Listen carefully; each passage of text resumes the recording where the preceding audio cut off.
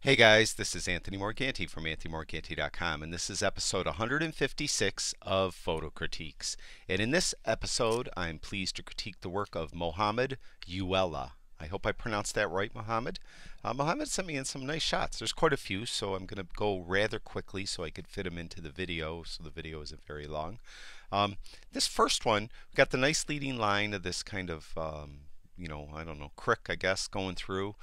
Um, this scene itself, though, is very plain. It's very flat. There's not really a lot of activity in the sky, and there's really nothing for our eye to resolve on. We go through the leading line and we see some power poles over here, but there really isn't a lot to look at. So, exposure and, stuff like that, you did a great job, but there's really the composition itself, it's not super compelling. So this is one where you work the scene. This is a really nice shot. I like this. You tilted the camera up to get this really fantastic looking sky. Very well done. We have a couple birds kind of blurry through the shot, but that's okay. I'm wondering, you're kind of over to the left. All the action seems to be over here, and we're missing some of that action. So I was wondering if you took a panorama. It would be kind of a cool shot because it looks like we're missing half the picture. Or if you just move to the right a little bit and cut it off from here over and got more of this fantastic colors here. I'm just wondering, if you worked the scene like that. I hope you did and did get the rest of it because it looks like it's really fantastic over here to the right. This is a really nice shot. I like this. The nice leading line of the road, the moon. It was an 8-second exposure. It's got a little bit of blur in it because it probably was a little breezy. You could tell by the clouds. But you did a nice job with the exposure. It's just too bad it was a little breezy, like I mentioned. You could see everything's just got a little bit of blur to it. This is a kind of a cool shot. I like that you did here. It's got all this negative space of dark, and we just have the light tower illuminated and these pointed light sources here, and we have this leading line right here that helps lead us through the picture. This is really a nice shot. This shot here, I like the composition, and you minimize, looks like the background isn't very attractive, but you'd minimize that. It's the light is really pretty harsh, and the shot itself, I don't know, it just seems a little hazy. It's like a little bit overexposed. I think if we brought exposure down a little bit, like a whole stop, brought down exposure a whole stop, and we see a lot more detail in the wood of the boat. The main problem, though, is the light itself. You can see it improved the sky also. The main problem, though, is the light is very harsh. We have some harsh light. So, as I mentioned many times in these critiques, the light is the most important thing. And sometimes you have to keep going back to a place and keep shooting it under different lighting conditions to find the light that suits that scene the best. And in this case, it's definitely, we have some harsh light here. Also, I'd get a little closer because the stuff over here isn't very attractive. So I think if bear with me here, I can't crop and talk at the same time. I think if we dominated more with the boat itself and kind of minimized some of those other distractions, I think it would be a stronger shot as well. Something like that. I like this idea that you were going for.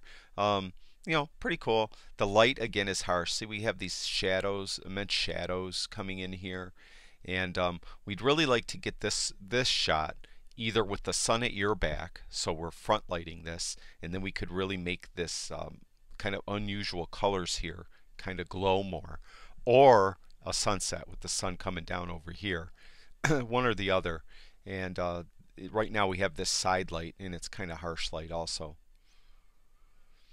See, we've got this haze here, this kind of haze. If you have a circular polarizer, that would help a lot. Put on the circular polarizer and it will cut through a lot of the haze and it really will enhance the colors. But the composition itself, you're up on top of a building appears. So if you could get back here and shoot this when the light is a little better, the sun is up here pretty high in the sky still, and we still have this kind of harsh light, harsh shadows working here. This shot's nice. I like the reflections and everything. It is crooked though. Really gotta work on make sure you have it straight.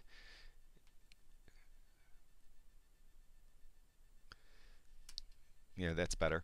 Yeah, have it make sure it's straight. Don't let it be crooked, and work the scene. It does see a little bit hazy too. You can just see there's just this haze through there, and I think a circular polarizer will really help you cut through the haze. Also, if you could come back at different times of the day and get different angles of the sun.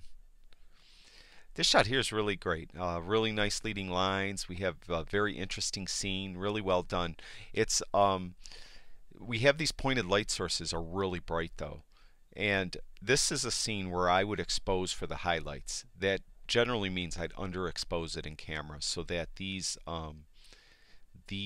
bright highlights aren't as bright, and I think it would improve the overall balance of the composition, because when they're real bright like that, they distract from the rest of the scene.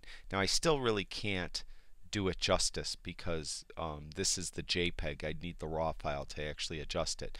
But even in camera though, I would expose for the highlights, and so that means I'd be underexposing this shot by a stop or two, and then I would go in Lightroom and bring the shadows up. Now you do introduce a lot of noise at times when you do that, but there's the noise reduction software nowadays is so good you could get rid of the noise. Even the noise reduction software in Lightroom is excellent, and you could get rid of the noise that you introduced by having it underexposed.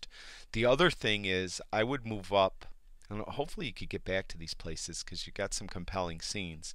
I would move up and eliminate this sign. So if you could move up a little bit so this sign isn't in the shot, I think it would help a lot too. This is a cool sky right here, but the scene itself, we have this guy in a tractor coming through the scene. I like that you have him over here, so he's driving into the larger part of the frame. That's exactly what you want. But again, there's not a lot here that catches our eye. Just him a little bit. We got the cool sunset. We do have a lot of noise in this shot too. It was ISO 400, so there is quite a bit of noise though. So work the scene, see what you could come up with.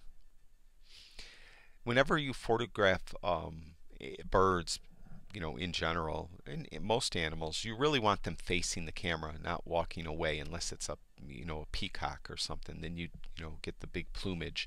But in this case, the bird walking away, and it's in a real busy area, so it's not really in the best environment to try to photograph. So this is one of those ones I often mention. Sometimes the scenes just can't get recorded, get photographed correctly. And in this case, the subject just can't get photographed correctly. Your subject is in a real busy area. It's just impossible to really get a decent shot. I like this shot too. I like this with the road and the mule and the man on the I don't know what kind of crop he has there, but it's pretty cool. I think it's slightly overexposed though still. I think if we brought exposure down a little bit, I think that enhances the colors. There's before, there's after. I think that helps. I think that helps enhance the colors and makes the shot more compelling. This is a cool shot. I like what you're doing here with the leading lines on the last couple shots. This one, a couple things though. We still have harsh light. We have these really dark shadows. So different times of day. Hopefully you could get some different types of shots. The other thing now, this motorcycle is moving, and you shot at 1/1000th of a second, I'm sure, so it wouldn't be blurry.